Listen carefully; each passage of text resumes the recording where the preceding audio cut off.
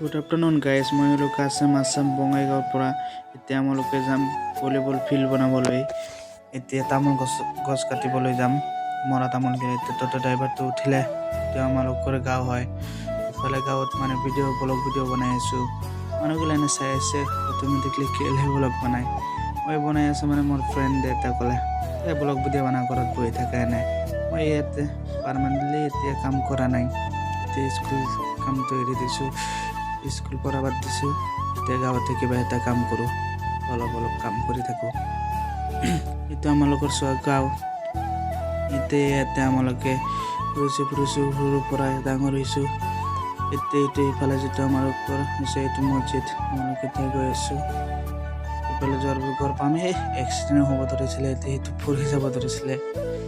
এতিয়া যাম, ইয়াত গাড়ী ৰখাম, সামনত গাড়ী ৰখাই কিনি তামোল গছ কাটিবলৈ যাম। যোৱাৰ পিছত তামোল গছ কাটিম। এতিয়া ফ্ৰেণ্ডটো মানে কৈ আছে ইফালে ৰাখ, ইমান দূৰ যাব নালাগে। মই কৈছোঁ হ'ব।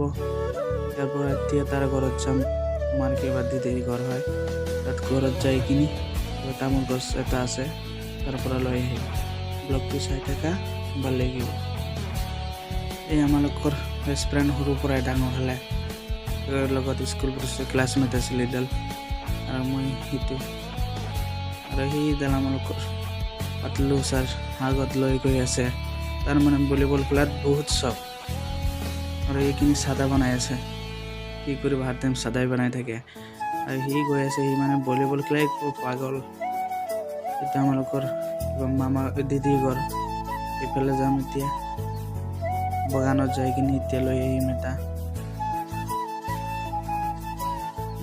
ব্লগটো চাই থাকা, আৰু নিউ পেজ হয়, আৰু ব্লগ কমেণ্ট লাইক কৰি দিবা। এতিয়া পালোঁ এইটো তামোল গছৰি,